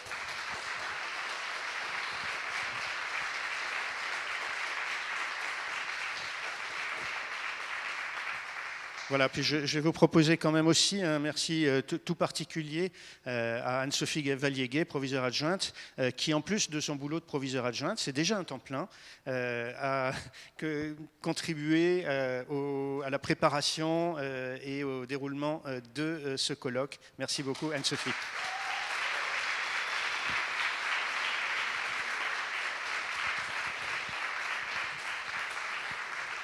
Voilà, très, très bonne soirée, très bon retour dans vos contrées proches et lointaines et à très bientôt pour le prochain colloque.